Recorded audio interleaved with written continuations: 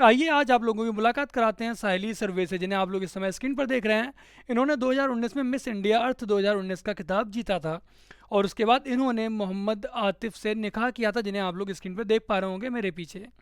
और उसके बाद इनके साथ रहते हुए इन्होंने 4 बच्चे भी पैदा किए।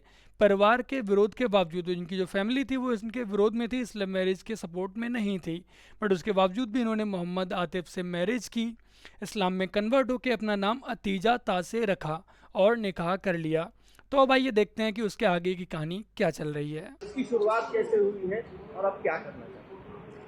शुरुआत जैसे मैंने बताया, ये लव मैरिज था। मुझे कन्वर्जन करना पड़ा क्योंकि अगर शादी करनी है तो उसके लिए निकाह करना ज़रूरी है, कन्वर्ट होना ज़रूरी है। तो वो पहले प्रोसीजर हुई।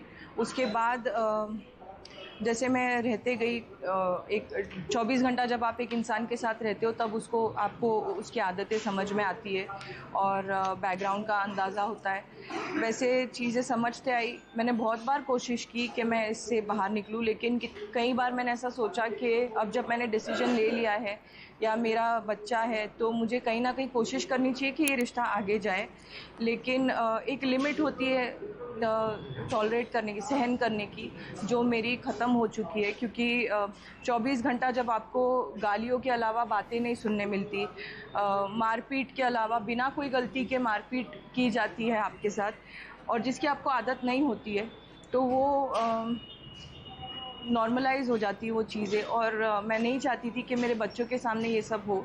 उनकी आज उम्र बढ़ते जा रही है और मैं नहीं चाहती थी कि उनको वो ट्रॉमा लाइफ टाइम के लिए बैठे कि उनका फैमिली सिचुएशन इतना ख़राब है। मैं वो नहीं चाहती थी, इसीलिए मैंने ये डिसीजन आज लिया है। मैंने ट्राई किया बहुत बार, लेकिन वो सॉरी मैनिपुलेशन के चक्कर में कई बार फिर मैं वापस गई सोच के कि जाने दो, एक मौका और दे देते हैं। करते करते 10 साल हो गए, लेकिन आज मेरी ताकत ख़त्म हो चुकी है। आपने कहा कि लव मैरिज किया था, लेकिन जिस प्रकार से आपको मैनिपुलेट किया, आपको लगता है कि एक लव जिहाद का एक आपका केस है, मामला है? डेफिनेटली है। कई लोग इस पे मना भी करते हैं और बोलते हैं कि जब इसने खुद ही किया है तो आज क्या बोलना। लेकिन जब किया था तब इतनी समझ नहीं थी। मैं एक भरोसे से गई थी, एक अच्छा इंसान है समझ के गई थी। इतना बड़ा डिसीजन मैंने लिया था, नहीं तो मैं नहीं लेती। तो ये सारी चीज़ें इस धर्म में डेफिनेटली होती है। मजहब में होती है। शादी से पहले आप क्या करती थी, तो इनके संपर्क में कैसे आए?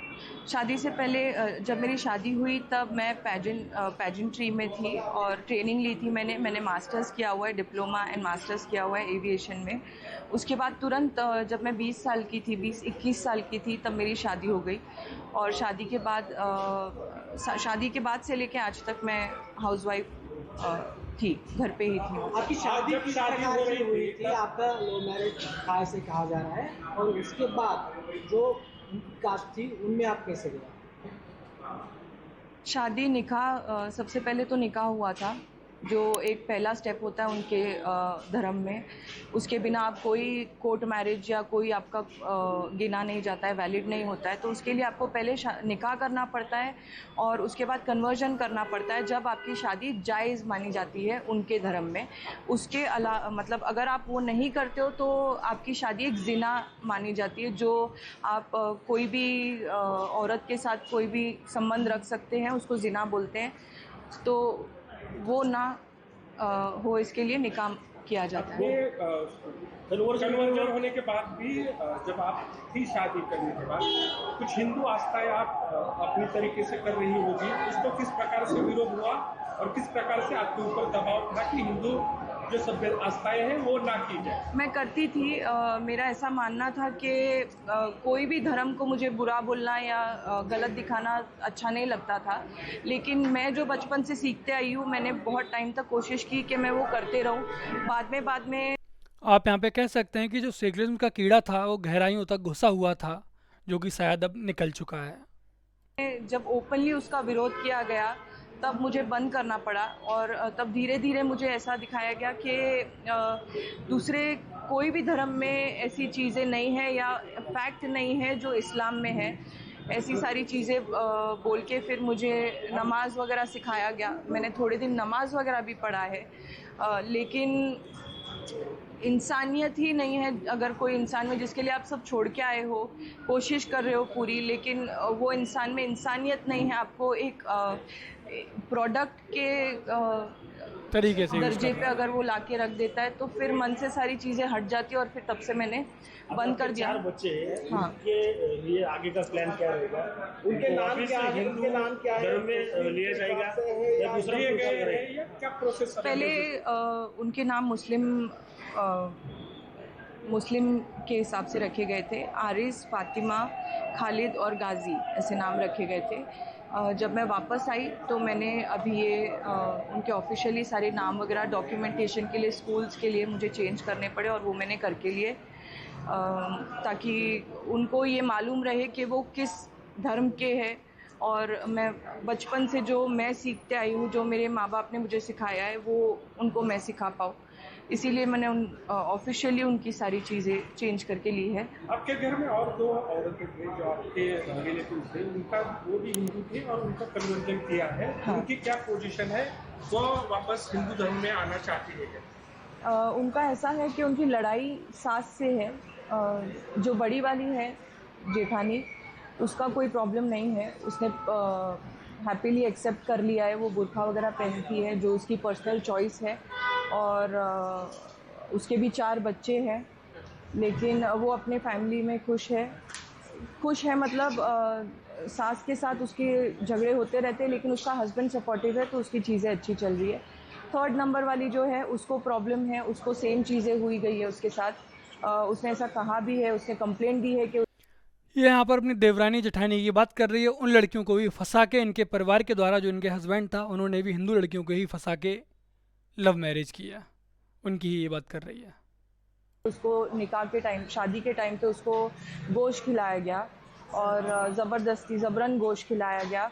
उसके बाद उसको उसके धर्म की कोई भी चीज़ें फॉलो करने से रोका गया, मतलब अलाउड ही नहीं था उसको ये सब करना। तो यहाँ पर ये वीडियो दिखाने का उद्देश्य सिर्फ इतना ही था कि जो बाकी की अन्य लड़कियाँ जिन्हें हम लोग समझाते समझाए थक जाते हैं, काश इस वीडियो को देखकर आप भी कुछ समझ पाएँ।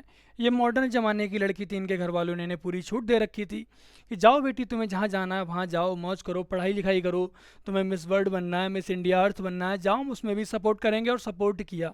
शॉर्ट ड्रेस पहननी है तो जाकर पहनो, खर्चे के लिए रुपए जी सब कुछ दे रहे थे। बच्ची ने अपनी सारी इच्छाएँ पूरी की। उस समय गई, छोटी ही रही होंगी, आज से 10 साल पहले की बात है।